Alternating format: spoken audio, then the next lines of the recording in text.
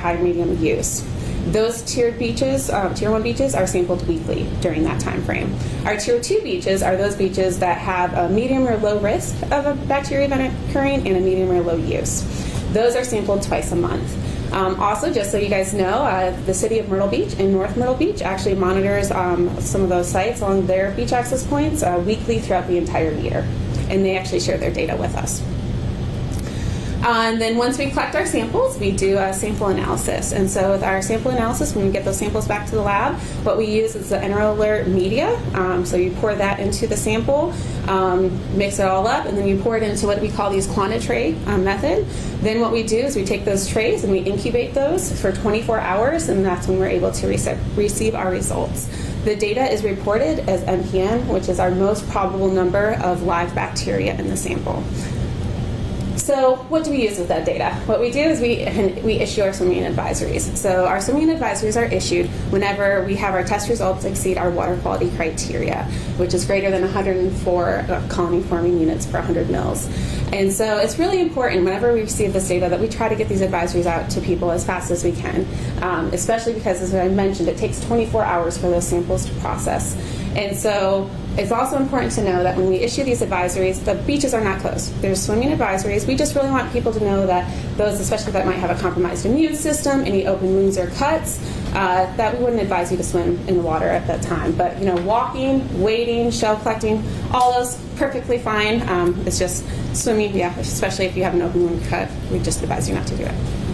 We issue two different types of advisories based off of the data. So we have our long-term advisory and we have our short-term advisory. Our long-term advisories are issued whenever we have more than 10% of our data over a 5-year window exceed our water quality criteria of 104. So we'll issue signs on those beach access points. Those are reevaluated at the end of each year.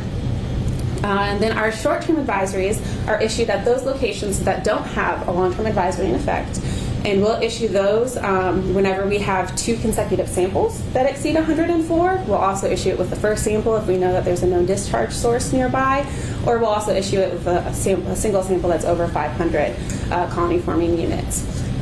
With our short-term advisories, we do continuously daily monitor those sites until we get a sample back that's within our water quality criteria, so less than 104, and then we will lift that advisory.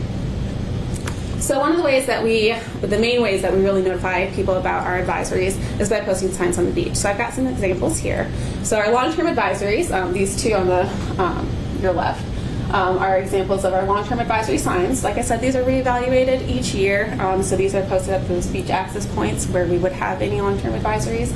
Our short-term temporary advisories, this is an example of our sign that we would put out. Again, whenever we hit that criteria, we will put those directly onto the beach. We will take those signs off once we lift those advisories.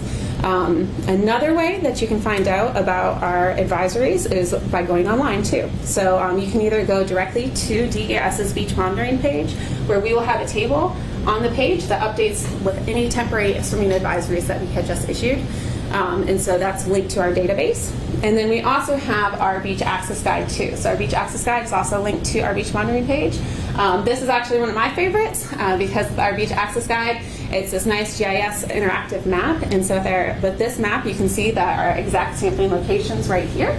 And so you can see the status based off of what the legend tells you. So you can see in this example, we had one that had a long-term advisory here, but then you can tell that just a little bit farther down, we didn't have an active swimming advisory.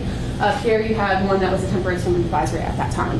The other thing that's also really cool about this, it shows you the information about these beach access points, that's what the umbrellas are, but if you click on any of our locations, it will give you additional information. So it'll give you what the average percent exceedance is at those sites. It'll also tell you the last date it was sampled. So again, a little bit extra information if you go through that. So that's actually one of my favorites with it. Another way for you to easily access either the beach access guide or DES's beach monitoring page is through checkmybeach.com, because we realize searching DES beach monitoring doesn't always pop up. So Check My Beach, if you don't know much about that, it's an initiative, a program that we had started with a lot of our Grand Strand partners and municipalities about 5 years ago, back in 2020. Because we realized that we needed to do a better job educating people, that we have a beach monitoring program trying to reach visitors that were coming to the beach as well. So we came together and we developed Check My Beach. So with Check My Beach, it's a very easily accessible website. Our partners have done a great job putting up signs, so you'll see these all along the various beach access points, especially in the Grand Strand area. And you'll see that we also have a QR code, so if you don't want to type that in, you can just take a picture, or you can just scan it, and it'll take you directly to Check My Beach. And our plans with Check My Beach, we wanted to make sure that obviously we reached people that were at the beach, try to educate them, and try to make decisions for themselves whether they could safely enter the water. So that's why we created our beach safety information page. So it not only updates people about our swimming advisories by linking to DES's beach monitoring page, it also has information about rip currents, so people can try to identify them, which also has a link to a rip current forecast to it as well. It has information about the flag system, especially in the Grand Strand area, and it links to local area beach pages. So this is the other thing that's nice, is trying to figure out any rules or anything that might be going on. You can click on just our logos, our partners' logos, and it will take you directly to their beach page to try to look up any rules or guidelines for you. We also have additional information up here because we figured let's make it a one-stop shop for everybody in South Carolina for resources. So we have additional information such as weather, tides, surf reports, beach camera too, especially trying to see how busy some areas are for when you're going to the beach. So we've been really excited and really proud with what we've been doing with Check My Beach, and it's been also very successful. So we've been getting a lot of people coming to Check My Beach year over year. We've gotten a lot of compliments over it. So I like to share, since I'm a data nerd, a little bit about some of the data that we've gotten from this past year.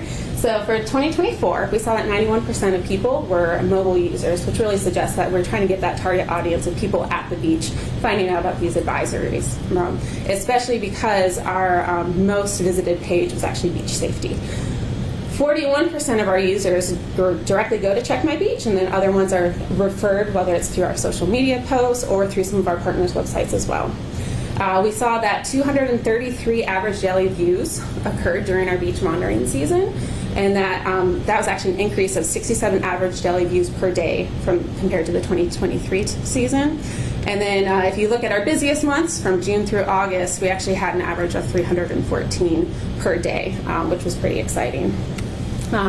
Again, just because I like my data, you can see the trend when we compare 2023 and 2024. So for this graph, you have our Check My Beach unique visits on our y-axis. On our x-axis is our date. 2023 is in orange and 2024 is in blue. But you can see that over the year, between the 2 years, we've been slowly increasing in our web traffic views to Check My Beach. And looking over the years, we've been seeing an increased trend in using Check My Beach, which again, we're pretty pumped about. So in 2024, we had a total of, during our beach monitoring season from May 1st through October 1st, 35,999 unique visits to Check My Beach.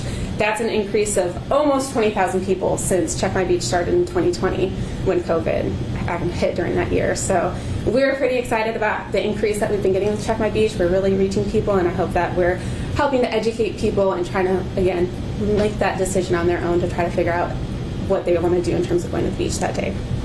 Also, over the years, we've seen that about 48% of people go from Check My Beach directly to DES's website. So again, we're hoping that we're reaching that target audience to inform them. Also, just so you know, like future plans with Check My Beach, we of course are always continuing to work with our partners to try to find ways to improve and promote Check My Beach to make sure that we're reaching everybody possible. We're also trying to work on developing a local improvement section to it, because I know you're aware that North Myrtle Beach, they have outfall project going on too, so we've been trying to develop that, so I'm hoping that we should be able to put something on this summer. And then we're also trying to work on continuing to promote Check My Beach to more communities and coastal communities in South Carolina. And then with that, I just really want to acknowledge all of our partners, because Check My Beach would not have been possible without them. They've been great to work with, and we really feel like we've been making a difference over the past 5 years with it.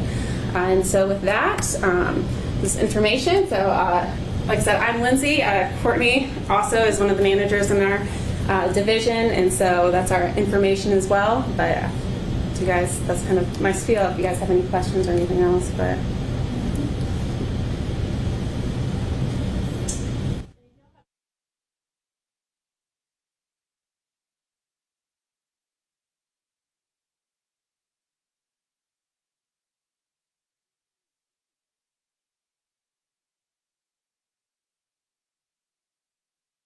different interview stuff. So that's why if you had either one works. So. That. Well, here's just one because I don't need it in the interview. But for the long-term advisory, what was that again? As far as like the consecutive times that you see bacteria. So what the long-term advisory, we take the data over the past 5 years. Okay. And then that data set, if the percent exceedance is over 10, or if it's greater than 10% out of that 5-year data set, then we issue a long-term advisory at that site. Got it. Thank you. And that is, like I said, that's evaluated at the end of each beach season, so we update it for the next one. Okay. Mm-hmm. Thank you. Mm-hmm. Well, that was super helpful and informative as always, Lindsay. So thank you for that, and we can go ahead and mic you up.